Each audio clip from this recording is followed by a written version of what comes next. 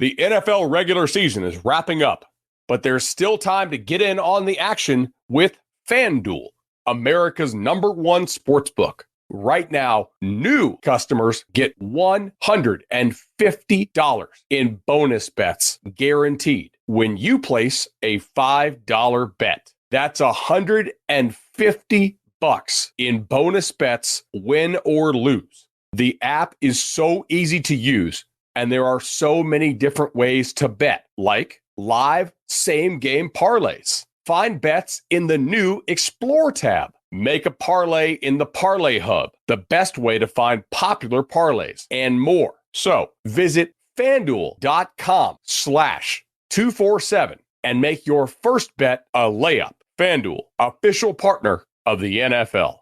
Must be 21 plus and present in Arizona, Colorado, Connecticut, Iowa, Illinois, Indiana, Kansas, Kentucky, Louisiana, permitted parishes only, Massachusetts, Maryland, Michigan, New Jersey, New York, Ohio, Pennsylvania, Tennessee, Virginia, West Virginia, or Wyoming. FanDuel is offering online sports wagering in Kansas under an agreement with Kansas Star Casino, LLC. First online real money wager only. $10 first deposit required. Bonus issued as non-withdrawable bonus bets that expire 7 days after receipt. Restrictions apply. See terms at sportsbook.fanduel.com. Gambling problem? Call 1-800-GAMBLER or visit fanduel.com/RG in Colorado, Iowa, Michigan, New Jersey, Ohio, Pennsylvania, Illinois, Kentucky, Tennessee, and Virginia. Call 1-800-NEXT-STEP or text NEXT-STEP to 53342 in Arizona, 1-888-789-7777, or visit ccpg.org/chat in Connecticut, 1-800-9-WITH-IT in Indiana, 1-800-522-4700, or visit ksgamblinghelp.com in Kansas, 1-877-770-STOP in Louisiana. Visit mdgamblinghelp.org in Maryland. Visit 1-800-GAMBLER.net in West Virginia, or call 1-800-522-4700 in Wyoming. Hope is here. Visit gamblinghelplinema.org or call 800-327-5050 for 24/7 support in Massachusetts, or call 1-877-8-HOPE-NY or text HOPE-NY in New York, or visit oasas.ny.gov/gambling. Standard text messaging rates apply. Sports betting is void in Georgia, Hawaii, Utah, and other states where prohibited. This is GoPowerCat.com publisher Tim Fitzgerald with great news to share with our valued 24/7 Sports VIP members. As a way of saying thank you, a subscription to a CBS All-Access commercial-free plan is now included with your 24/7 Sports VIP membership at no additional cost. Watch all of your favorite shows on demand along with exclusive access to GoPowerCat's award-winning and one-of-a-kind coverage of Kansas State sports. Stream more than 10,000 episodes, all access originals, and live TV, including NFL on CBS games. Enjoy the CBS All Access commercial-free plan, a $99.99 annual value for the lifetime of your 24/7 Sports VIP membership. It's an incredible added value for our subscribers, and it's time you probably take advantage of this deal and become a GoPowerCat member. And remember to subscribe to the PowerCat podcast at your favorite podcast provider, including Apple Podcasts, Google Podcasts, and Spotify. Now, here is your PowerCat podcast. The following is a GoPowerCat.com and Spirit Street production. You've discovered your link to GoPowerCat.com's PowerCat Questions podcast, presented by Fridge Wholesale Liquor, and it starts right now. Now, let's go to the WTC Gig-Powered Studios. Here's your host, GoPowerCat.com publisher, Tim Fitzgerald. Welcome to the PowerCat Questions podcast, your weekly podcast that we answer questions. That's why we named it that. I mean, if we were going to talk about Torchy's Tacos coming to town, we would name it the PowerCat Tacos podcast, which would be kind of a cool podcast where we'd get a bunch of people just sit around and talk about tacos. I think if we were specifically talking about Torchy's Tacos coming to town, it would have to be a Torchy's related title to the podcast, not just tacos. Well, we'd have sponsorship issues because you couldn't let one taco place unduly influence your discussion of tacos by being the sponsor. Let's be real, though. I would make it a Taco Lucha podcast. I think for the next food challenge, we will taste test Torchy's versus Taco Lucha. Don't make me choose my favorite child. And we'll pick Taco Lucha, even if it's not the best. I'm Tim Fitzgerald. He's Riley Gates. Zach Carlson has contributed a so far in this podcast. Hey, I broke the news that Torchies was coming by quote tweeting another news outlet's tweet. It was an awesome use of someone else's information. At least we was very credited good. them. Hey, quote tweet is credit. Yes. Very good. That's it for the podcast. Hope you enjoyed it. Busy week around the world headquarters. We got some stuff done on Monday, and then we decided, hey, let's do the podcast, because on Tuesday morning we taped the Jeff Mitty Power Chat. We went to the Chris Kleiman press conference. We did all that football coverage stuff, and then we covered Kansas State basketball. And, of course, then Wednesday is dedicated to putting together the pregame podcast. And I still got to get a Texas Tech cast. Man. You know what they say. You know the old saying. Too much to do and too little Tim. You just ignored that one, didn't you? I mean, this is all right. It's B+. We're sponsored by B+. That's not bad. That's better than K-State played in any area of the game last week. Hey, that's VIP content. Don't give it away. Darn it. We're sponsored by The Fridge. They are VIP content, except all of you, if you're 21, are VIPs. Well, actually, it's VILs. So get on in there, take your very important liver with you, and do some shopping. Or 18 if you're a cigar person, because you can purchase cigars at the Fridge. You can purchase cigars at The Fridge. It's a indirect ad that we may have had a few facts wrong in. What? We were wrong? I know, imagine that, right? Who corrected you? I corrected you. But someone had to tell you that you can go in there. My brain. Oh, okay. Whatever. Look at the big brain on Riley. Look at that. In his Chiefs outfit as we missed the start of the Chiefs game doing this podcast. This segment is sponsored by the Kansas City Chiefs. You should be watching them right now at Tanner's Bar and Grill. Tanner's, where football shows up on the wall. I mean, you can watch a rerun of the game if you want. Good. They're listening on Wednesday. I visited Tanner's on Friday night, saw my friend Charlie, hung out with my buddy Alan, who covers West Virginia. He got to see the pep band come in. It was fun. Tanner's, fun. It's in Aggieville, which should be called Funville. Guys, I've had a day. It's going to be a loopy podcast, but here we go. It's your questions from Wabash Station. You ask, we answer, Zach reads. Hold on, that's not the right order. You ask, Zach reads, we answer. There you go. From TN Cat, on the final drive, we had just made a first down with 40 seconds left to go and had the Mountaineers on their heels, and we took a timeout. We had a spirited discussion about this. The clock had stopped for the first down. Why take a timeout there? Well, first off, let's not get too worked up about it because it didn't end up mattering really. But I didn't get it either. It didn't make any sense. Riley didn't get it. I got it. Clock stopped. You got time to either hurry up to the line and pick a play. I mean, that's why you have a little fancy play caller on your wrist. I mean, you should be able to do a quick hurry-up offense. Or you got time to get up there, clock it, and lose 2 seconds at most. Then you've got however much time, 40 seconds or so, 38 seconds. You've got 2 timeouts because, let's be real, you're not taking deep shots at the end zone. You're going over the middle. Your chances of getting out of bounds are not very good the closer you get to the end zone. So if you get tackled over the middle, you now have 1 timeout to burn, save time, and then save the other one, last resort if you need it later. Now you're down to 1 timeout with 40 seconds on the clock, and I just don't like it. I get honestly, I need to go back and watch it because my impression as the play completed was that the players were pretty spread out. The clock starts at the spotting of the ball, not alignment and start the play clock. Once they just stop the clock to spot the ball. Once the ball is properly spotted and the chains catch up, the clock starts. So it'd probably been more than 2 seconds, particularly if guys were kind of all over the place and they were trying to collect themselves. I would have called a timeout right there, and I understand the argument against it.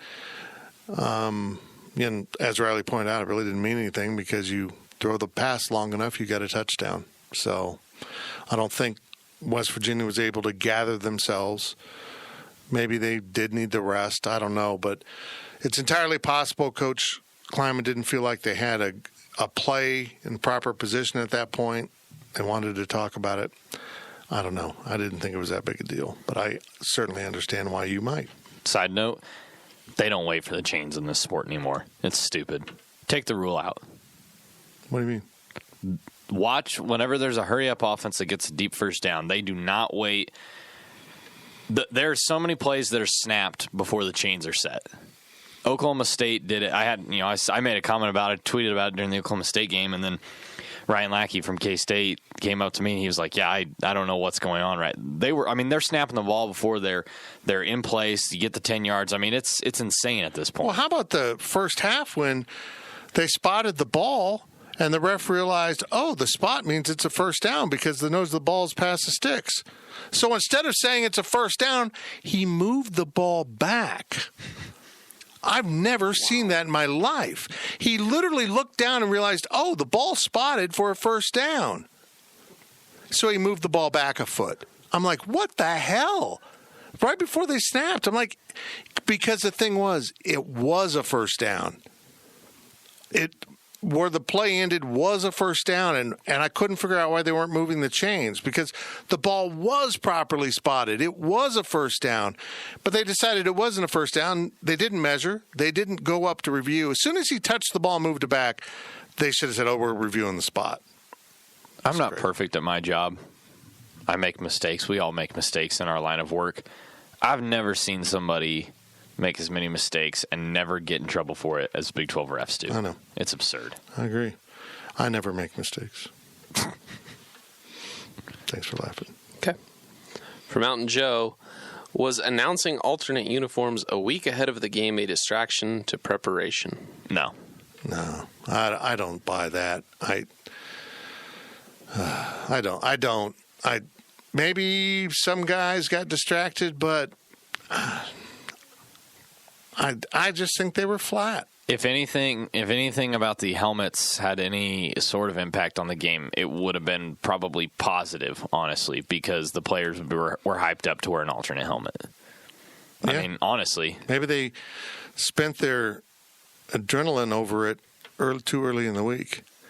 Could have been. But, I mean, no. In no way, shape, or form did the helmets impact the game.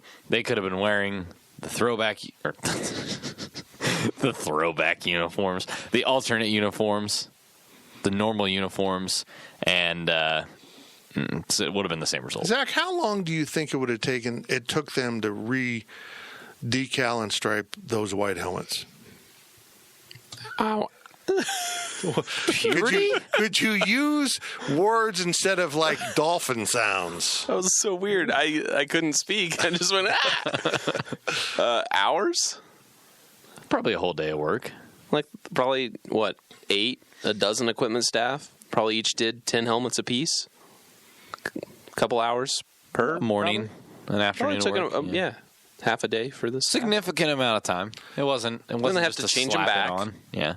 If they do change them back. Okay. I wonder what they do with all the Power Cats. You think they trashed them and new ones? Okay. Yeah, they just have new ones. They're just decals.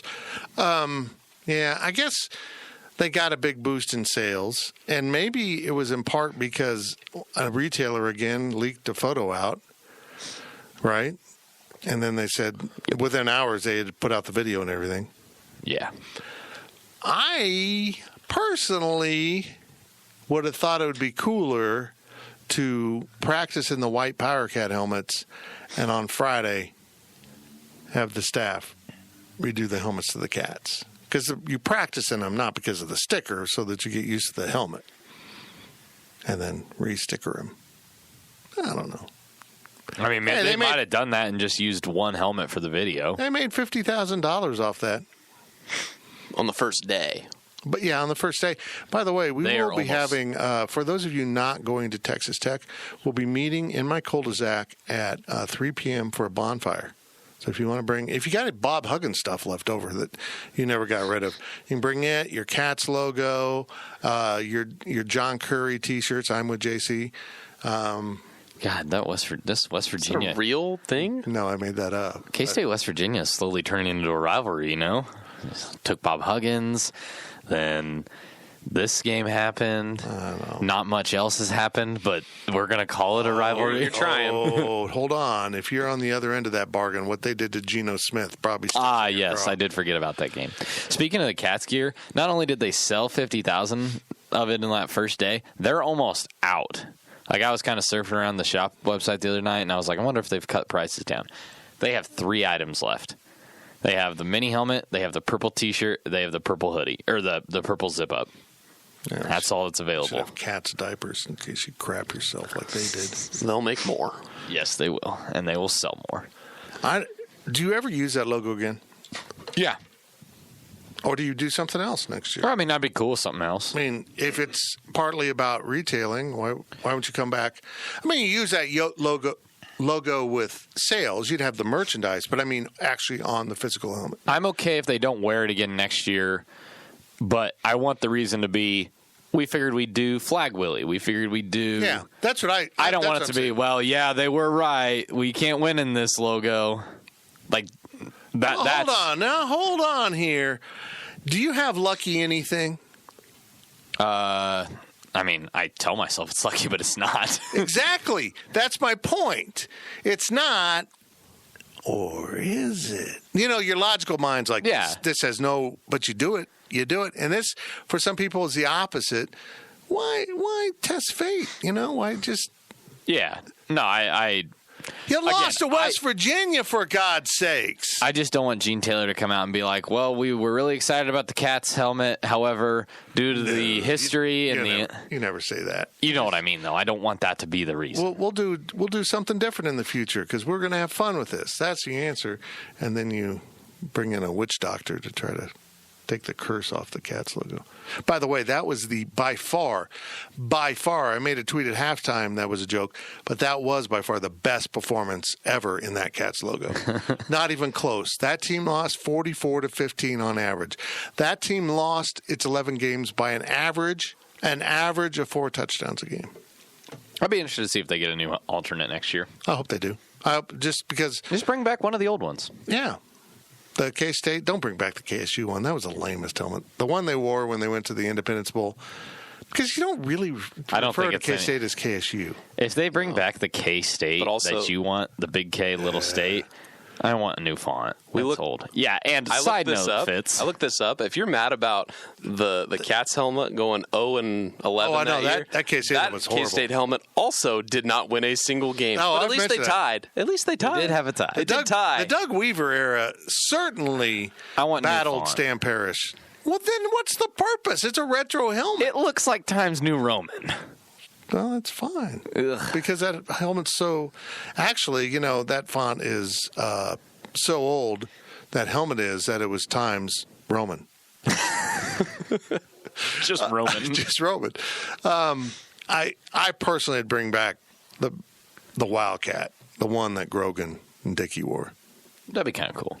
I would ask Nike to make a new secondary whatever logo scheme. I don't know. Come up with something else. Don't go back to the past. The Cats was the best thing that there was, and it really wasn't. It's not that good. It's just so. Flag. I'm telling you, Willie. It's just so different. If you'd done Flag Willie or Fightin' Willie, or probably not the K-State, certainly not the KSU, but there's a lot of other things you could have done that would have sold a ton of merchandise. Yeah. It's not just, that was the only one that would sell. That's not. Just need new stuff. Yeah. The Power Cat's cool, but everybody and their mother owns 9 Power Cat shirts, 2 hats, 3 hoodies. I mean. Well, and I will contend that what also fed into this is, as of late, they've set a hard and fast rule about how you can use the Power Cat. It can't be manipulated in any way. So pretty much everything's just, boom, there's a Power Cat. Yeah. You know, it's K-State, Power Cat. I mean, you can't do anything to it. So, and I get why they do, but it limits your merchandise. I don't know. I'm with you. Just come up with something. Nike, go. I really would like a helmet with the big K on it, like our designer did for our podcast logo. I think it's a cool look. From Gato Blanco in Mexico. That is that's Spanish, everyone, for I like pickles cat in Mexico. I think they're not new, but it's a new name. So welcome. Ish. Welcome to your new personality. Okay, witness protection. Was our rushing attack ever that great, or was it more of a product of facing teams with poor rush defense? No, I mean, Oklahoma. TCU. They didn't run well against TCU. Oh, yeah, that's right. Sorry, I had it mixed up in my head. Yeah, I mean, no, it's been good. It was efficient enough against Mississippi State. I see what you're saying, but again, it's to me, it's kind of like what they did against Oklahoma State and Baylor in that stretch, where you were like, what happened? It was so good. Now it's gone. Based on that, they're going to finish with 3 wins. Well, I might not be predicting it. Whatever. No, I mean, I think the Oklahoma game, they obviously took care of business, but the offensive line just hasn't been the same since the KU game, really. They've been getting their butts whooped. Too many times the offensive linemen are watching the play. That's weird. That's what it comes down to. Yeah. They are watching the play. They are watching James Gilbert get tackled a lot. And I hate to just target on one group, but it doesn't feel to me like the running backs have regressed Skylar Thompson's continually playing better. He's had career highs in back-to-back weeks now. Well, I'm going to say it. It almost feels like the offensive line's the one group that hasn't fully bought in. If you're not finishing your blocks, you're not bought into this, what is required of you in the system. And you can see the games where they run the ball well, they're all over the place, knocking the hell out of people. And players are kind of starting to talk about it. Skylar Thompson and James Gilbert both mentioned guys not finishing blocks, guys not getting, not sealing off the corners. I mean, again, you hate to just blame one group of players for the struggles recently. But I don't think you blame them. You hold them accountable for the fact that they're not doing their job. Everyone should be held accountable, whether it's the coaches not adjusting. How the hell they didn't have a better plan for the zone run blitz than what they did. You would think you'd come up with a few ideas to try to solve it. Hey, let's try the same thing all over again. And then climbing after games, we get obviously come up with something different. I'm like, well, no crap. I don't know. It's frustrating to see it. Tech will do it. Iowa State will do it. Florida Atlantic in the bowl will do it. Florida Atlantic, huh? That was the 24/7 projection. First Responders Bowl, Florida Atlantic in Dallas at the SMU Stadium. I'd be cool covering a Lane Kiffin bowl game. JK, Lane Kiffin's not going to be there. He will have taken the Florida State job by then. Or any other job that's about to open up. Missouri? He's on. Do you think he's going to be out? I don't know. I just like to torment him. I like that listening. Kansas. From Duck Hook 8, how do you rank our wide receivers in effectiveness? The list that Duck Hook 8 sees it is 1 Schoen, 2 Knowles, 3 Gill, 4 Brooks, 5 Weber, 6 Youngblood, 7 Taylor. I'd flip I'd flip Knowles down to 3, and I'd put Gill at 2. I think Viking Gill has been incredible. Only because Knowles is hurt. Yeah. I'd probably put 2A, 2B, and I would put Landry Weber higher. He hasn't just. I mean, I know it seems like I'm just targeting in the one catch that he had in this game, but all of his catches this year have been phenomenal catches. He can catch. And Youngblood, the only reason he's that low, they don't throw him the damn ball. I don't get it, man. Throw him the ball. You raved about him and raved about him. Throw him the ball. And he's succeeded. He's shown that he's athletic. He's shown he's a playmaker. And you refuse to get him involved in the offense. I talked about this on the Insiders podcast, but I want to bring it up because it still sticks in my craw. They had him isolated on a corner with no safety help. And the box was absolutely packed. And they handed it off to James Gilbert for, I think, a loss in the second quarter. And if they just run the Youngblood with one move, a post flag, whatever you want to do, he's going to be open. He's going to run past that guy. They got scared and never threw the ball deep after a few, they had the success and a few other tries, and they said, no, we're not going to do it anymore. It was baffling. I like his list, though. Those are all the receivers. Dalton Schoen, we just can't say enough about, or at least I can't say enough about what he's done this year. Although there's only 7 to list, I would put Taylor 8. Guys, Sebastian Taylor is going to go down as potentially the most overrated wide receiver since Carlos Strickland, since there was another one right before Strickland, and I'm totally brain farting here, but I don't know, maybe we're guilty. Maybe we need to be held accountable on that one, but there's nothing about him that says he should be bad. He looks so good running on and off the field because that's all he does. He runs on the field, makes a mistake, and runs off the field. He didn't even get a snap. He ran on the field, got a false start, and left the field before the ball was even snapped. Snyder would have done that too. Oh, yeah. Now we know why he wouldn't play. From TN Cat, how was it Sean was able to be on the sideline talking to the punter during the game? I thought in his role he couldn't be on the sideline or interact with the players during the course of the game. That is my understanding, too. To my knowledge, that shouldn't have happened. I don't know. And I'm taking your guys' word for it because you were the ones that said, I can't hardly tell who Skylar Thompson is from where we sit, on the sideline. All their numbers are covered. I can't pick out one coach that looks the same as every other coach down there on the sidelines, but I didn't see it. But if it did happen, I don't understand it. I'm pretty sure analysts can have no on-field coaching interaction. They can do breakdown film. But if Joe Hall's on the sideline or Taylor Bratt's on the sideline, they're not coaches. They're in the same.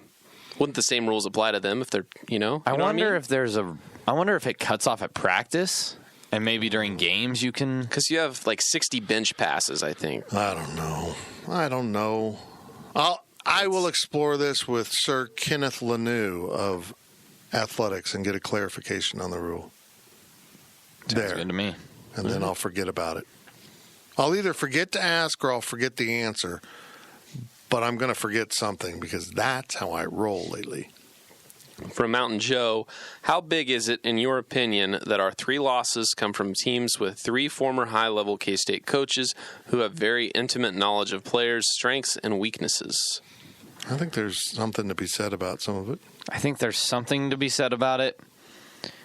I don't think I can look at it and say K-State beats Oklahoma State if Charlie Dickey's not there. And I can't look at this game and say, well, damn, if Blake Seiler just hadn't been the linebackers coach at West Virginia. I don't know. It's very odd that the losses are coming against some of these programs. It's tough to not look at it and say. It's tough to look at it and not say, maybe there's something there. Are you calling Zach Hansen worthless? Yes. I totally forgot Zach Hansen was at Oklahoma. Totally forgot. And Andre Coleman didn't do anything at the Texas offense. I couldn't tell you what analyst jobs are and how much involvement they have on, K-State's passing game was pretty good at Texas. I don't think Andre Coleman had tons of insight secrets to the weaknesses of K-State's receivers. I don't know. It's an interesting coincidence. We'll put it that way. And maybe there's something to it, but probably not something we can prove and point out to. From Emonica, what game is more of an outlier and why? Beating Oklahoma or losing to West Virginia? Beating Oklahoma. Because if that team played Oklahoma 10 times, Oklahoma would win 9 of them. I think you got to go higher than that. They played 50 times, they'd win 49. I think it was just... Wait, what's the difference? It's a lot more. Yeah. You're talking about a 1 in 10 chance or a 1 in 50 chance? Look, they played the phenomenal game against Oklahoma. Everything they needed to do against Oklahoma, they did. They were the better team for 60 minutes of that game. But they couldn't do it. That's why everybody was all excited about the, let's go to the Big 12 Championship and, make the Sugar Bowl or whatever. If K-State played Oklahoma in the Big 12 Championship, I don't think it'd be close, and I think Oklahoma would win. Yeah. I think they just caught them on a bad day. Oklahoma's just a really good team. I'm not saying K-State's a bad team. I don't think Oklahoma's that good. I don't. Well, they're not national championship good. Yeah, I don't think they're still the best team in the conference. Yeah, I don't. disagree with that. I just don't think they're that good. That's not a normal Oklahoma team, I don't think. Again, not to say K-State's a bad team. They're just not Oklahoma good. They were Oklahoma good for one game. And that's all it takes. They're significantly better than West Virginia, I think. But if they played 10 times, I think West Virginia might win 2 or 3. Yep, West Or Virginia 43. was K-State good for a day. 43. K-State would win 46 times if you want me to go on Fitz's scale. You don't understand math at all. I'm just saying. I was throwing out a number. From Adam K63, was the lack of emotion after the opening score from the team on the field? I don't get it, man. The defense had a hell of a starting drive. Boom. 3 plays, in and out of there. 1 play, offense scores. In 83 seconds, you were up 7-0, and your opponent had already given you the ball back. And the defense comes out there like it had just been smacked in the mouth on the last drive, and it didn't want to go back out on the field. That's crazy. They got embarrassed. That was an embarrassing defensive They got to performance. stop, and then they had the penalty from Deshaun, which is just unexplainable boneheadedness. It reminded me of the Dalton Reisner late hit personal foul at Vanderbilt when he tried to, after the game, say, I played through the whistle. No, you hit him about 10 seconds after the whistle. But even before that, I mean, like getting down into that position. Didn't West Virginia? I should have looked it up, but West Virginia started that drive in a bit back there, and they just with ease, boom, boom, boom. When did Tom Hayes get back into the box? By the way, Oh my God, don't start. Those were bigger cushions than I've seen in 3 years. It was weird. It was just weird. The whole day was weird. You just knew they were going to lose. I mean, 14-10 is the first quarter. And did you notice they didn't have a power cat on the helmet? I don't know if you noticed. I just pointed it out. Last question of the first half from Eric Black DV. It is really, really impossible to predict the outcomes of K-State's next 2 games. Do you agree or disagree? Absolutely. Yes. Actually, no. They will win and lose, or lose and win, or win and lose. That's my prediction. Fitz has now predicted all possible scenarios on the table. Look, I can see him going 2-0 down the stretch just as easily as I can see him going 0-2. Agreed. And that's changed because of the West Virginia game.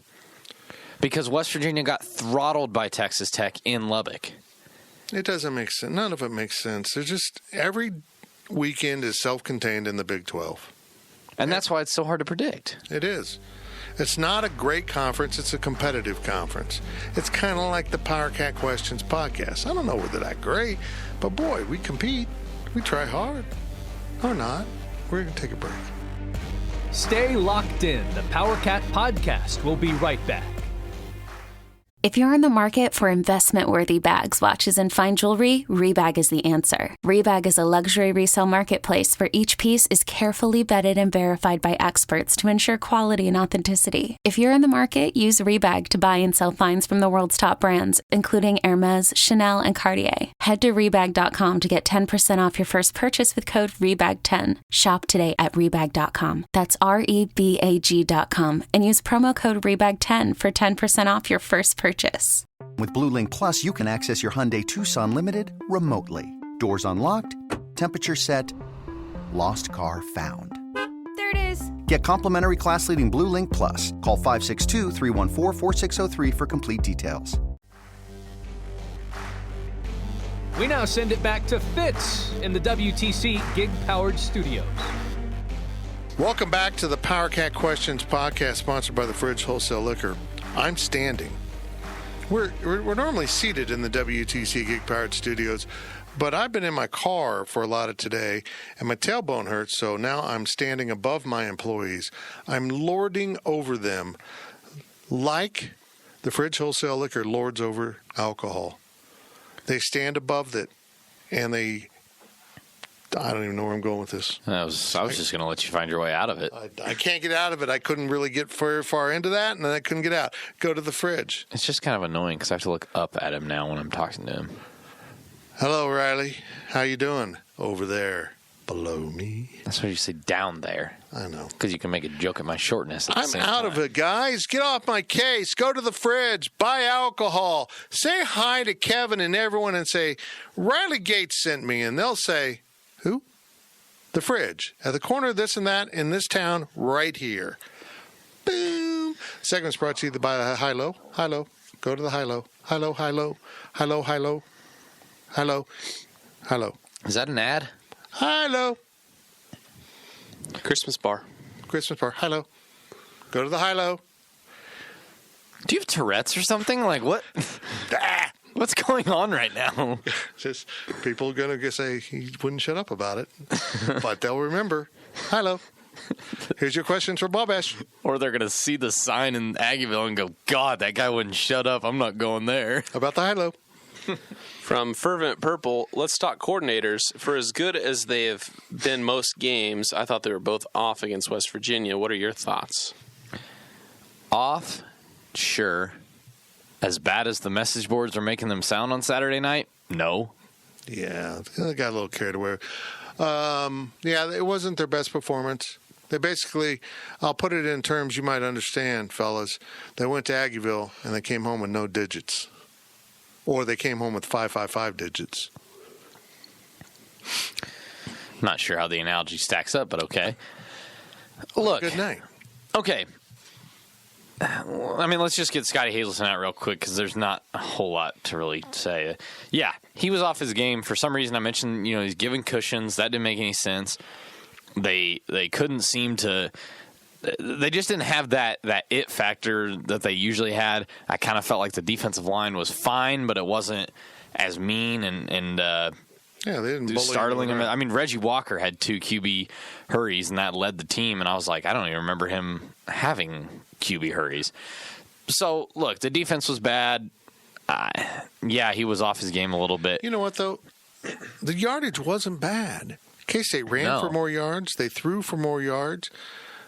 It was almost like one of the things they've done well is they've risen up on third downs. They've risen up on red zone plays and made the big play, gotten the stop, gotten them off field, forced a field goal, got the 3 and out. This game they didn't. They maybe didn't convert a lot of third downs, but by God, you remember the ones they did because they were enormous plays, including a 3rd and 7 million that basically won the game. I just thought they got beat on crucial plays that stick out. The first touchdown. Why are you just standing there staring at the quarterback and not covering the guy standing right next to you? It was just a weird day, man. The one that bothered me the most was the fact that people were just going after Courtney Messingham for this game. And I don't understand.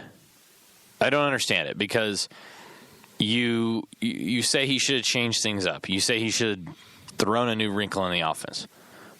A trick play? Is that like what is a new wrinkle? Because as Kellis Robinette pointed out, they threw the ball 39 times in that game, which was the most that a K-State team has thrown since Jake Waters' last game in that Alamo Bowl against UCLA. Shout out to Kellis Robinette for that stat. They threw the ball 39 times. They ran the ball 38 times. They clearly went against the game plan that they usually have coming into every game. Running the ball wasn't working. Passing the ball did work. They changed up the offense.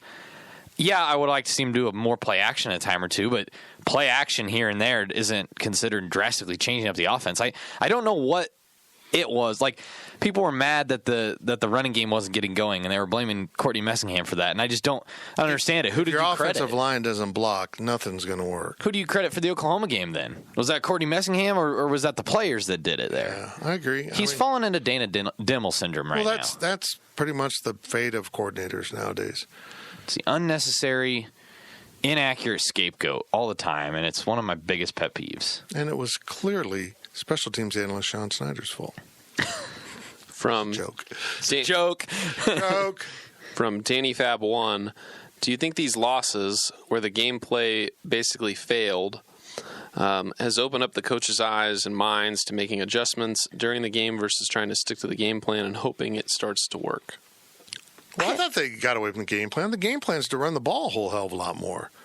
I just thought there were certain elements in the game plan that didn't make sense to me. Why they didn't try to go downfield. Coach Kleiman said on Tuesday, big plays. They give up big plays. That's been their problem. They give up big plays. So you got a big play. And then he said, okay, don't want to be greedy here. Let's call it good. I don't know.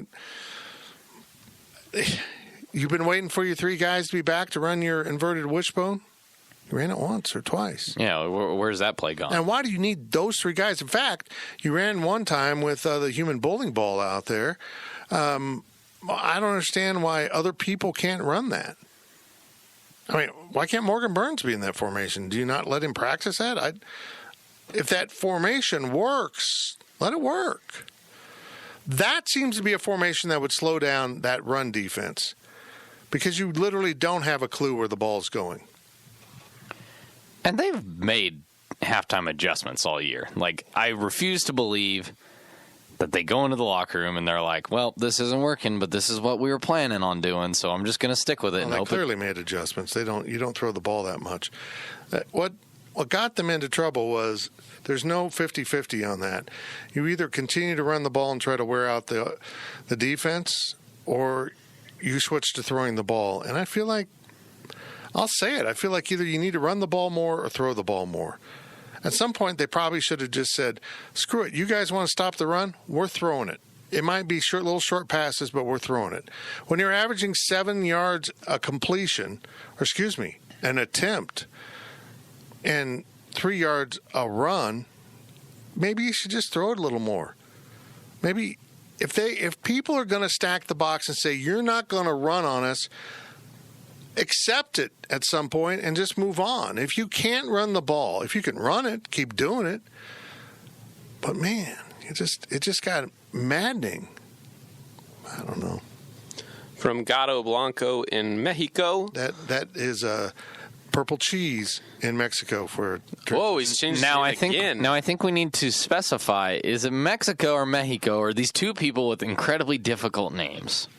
I would just avocados from Mexico. I guess Mexico. It is Mexico. Yeah, not Mexico. Mexico.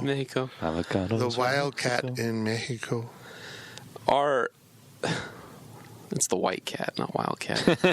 The white cat. Whoa. Threw me off. It is. Come on now, I got a B in high school Spanish, and I knew that. I got an F in math. You're not wrong. Are we trying to force the passing game, or has it just become necessary because of our lack of a rushing attack? Well, I kind of answered that. Yeah. It has. If teams are going to put so many guys in the box, you've got to throw. You got to get the ball to the edge. It's kind of funny because Chris Kleiman said on the teleconference, he's like, we don't want to throw the ball 39 times a game. Fair. I don't want to see you throw it 39 times a game either. But it kind of worked, did it not? Yeah, if they're going to put 8 in the box, throw the ball 45 times a game. You've got your most talented quarterback. Probably, I need to be careful here. Probably since Jake Waters. Just thinking off the top of my head real quick. Yeah, and you've got talented receivers. You've got a game changer, Malik Knowles. You've got an absolute lock on your catches in Dalton Schoen, for the most part. I know he had that one at the end that he could have grabbed, but ended up being an interception. You've got a lot of weapons, I guess what I'm saying. The passing game's working well. You don't throw for back-to-back career highs if you're not doing something right. Maybe they do need to change a little bit. Maybe the passing game needs to become more of a center point. I don't know. It's working. From Ricky Ticky Tabby, what is going on with our defense allowing 3rd and long conversions in critical situations?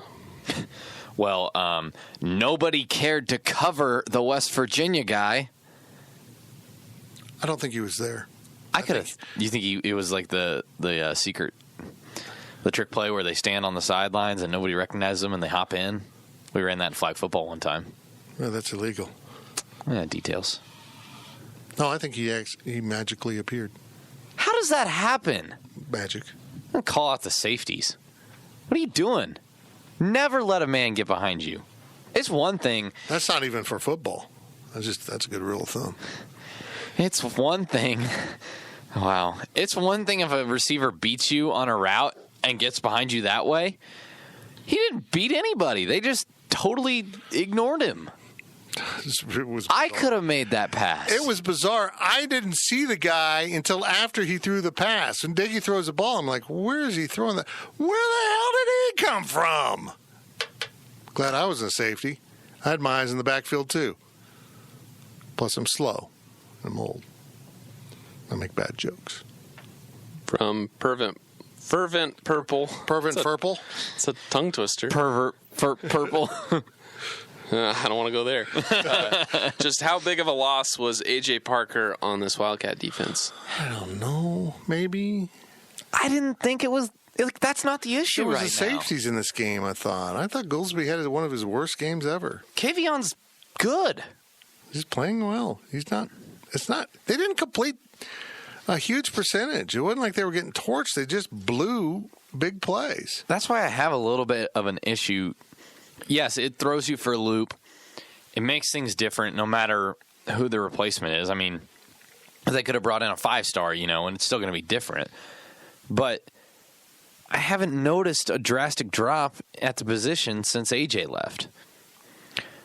I can't put a finger on it. Yeah, it's the safeties. Wayne Jones has had a terrible year. He's been bad.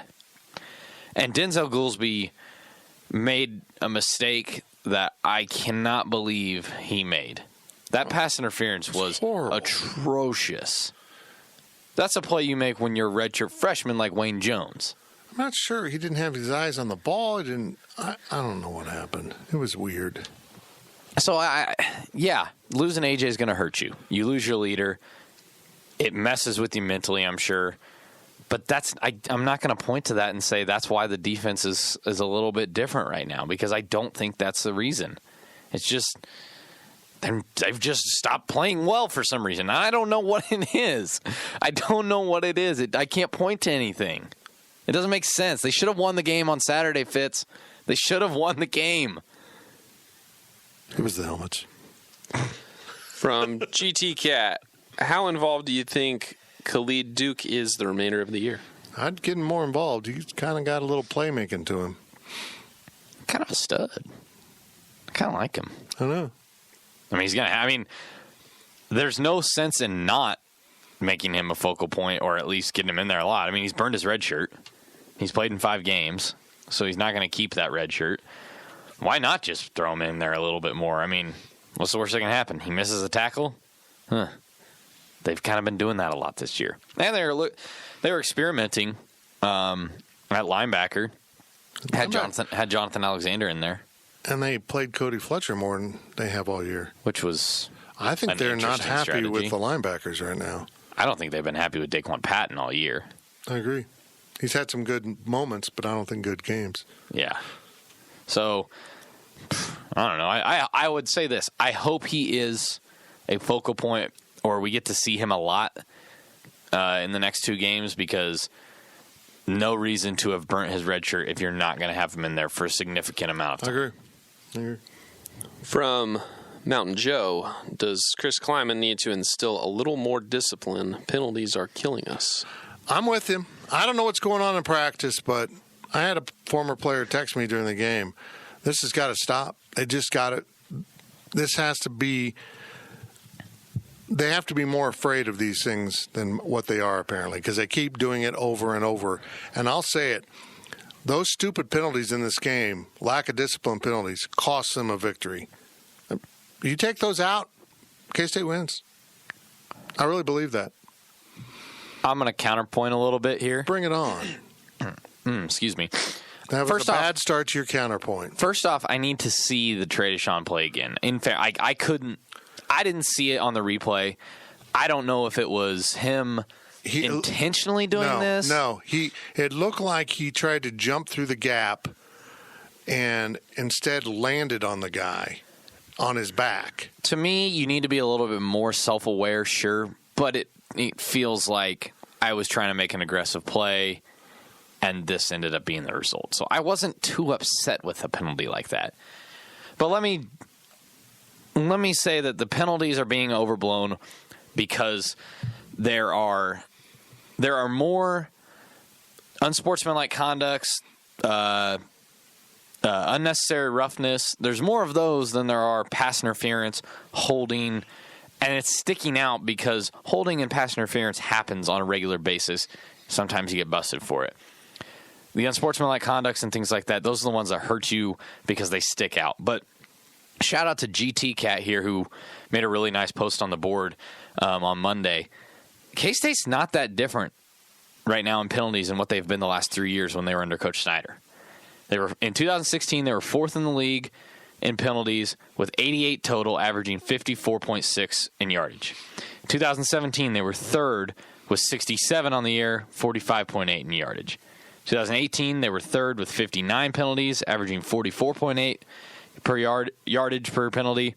And right now, they're fifth with 58 penalties, averaging 53 yards per game penalty yardage. So it looks like they're on pace right now with that 2016 season where they finished fourth in the Big 12 in penalties. They're not drastically different. But it's not always about how many and how much yardage. It's when they are. It's when they are. I mean, you converted a missed field goal into 7 points. You converted what may have been an errant throw downfield into 15 yards and a first down. I mean, it's just kind of when these are coming. I think I agree with that. And yeah, the trade of Sean penalty literally did directly influence the score. Obviously, they missed the field goal, and now instead they go get a touchdown. But I feel like some people are starting to say that Chris Kleiman is an undisciplined coach and doesn't have as good a hold on the team, things like that, because there are more of those personal foul penalties. And for so many years, we knew Bill Snyder to don't celebrate, don't do this, don't get a penalty like that.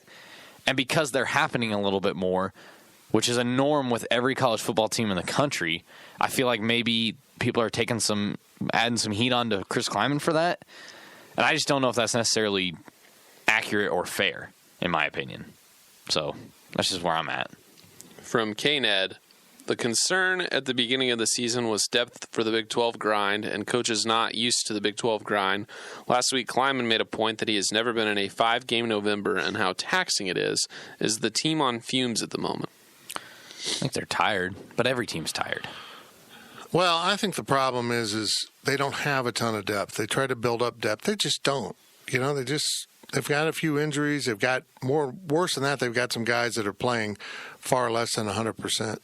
I think they're just kind of running out right now, and I don't know. You just got to find a way to win one more. You don't want to kind of back into a bowl game at 6-6 and 4 losses in a row. As crappy as it is that K-State doesn't get a break in November, and they've had probably the worst schedule in terms of bye weeks falling at the wrong times in the Big 12.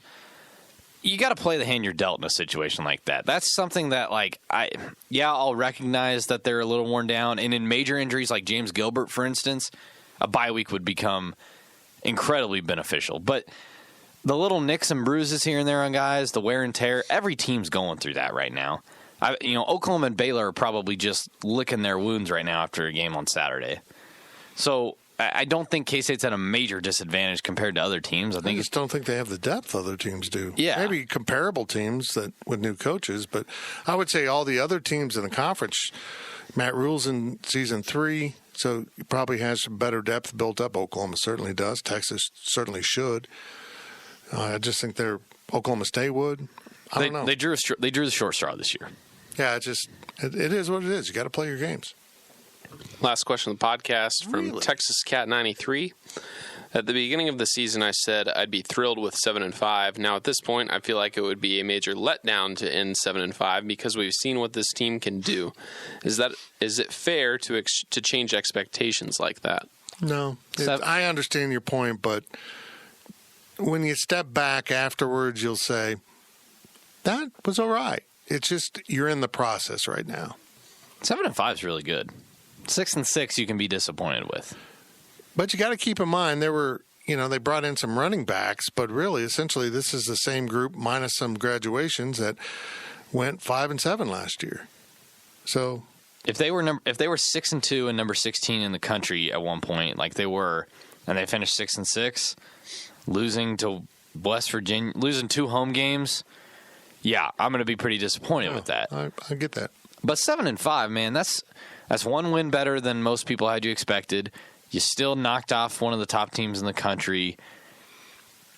Yeah, 9-3 was very attainable, and boy, it would have looked sexy.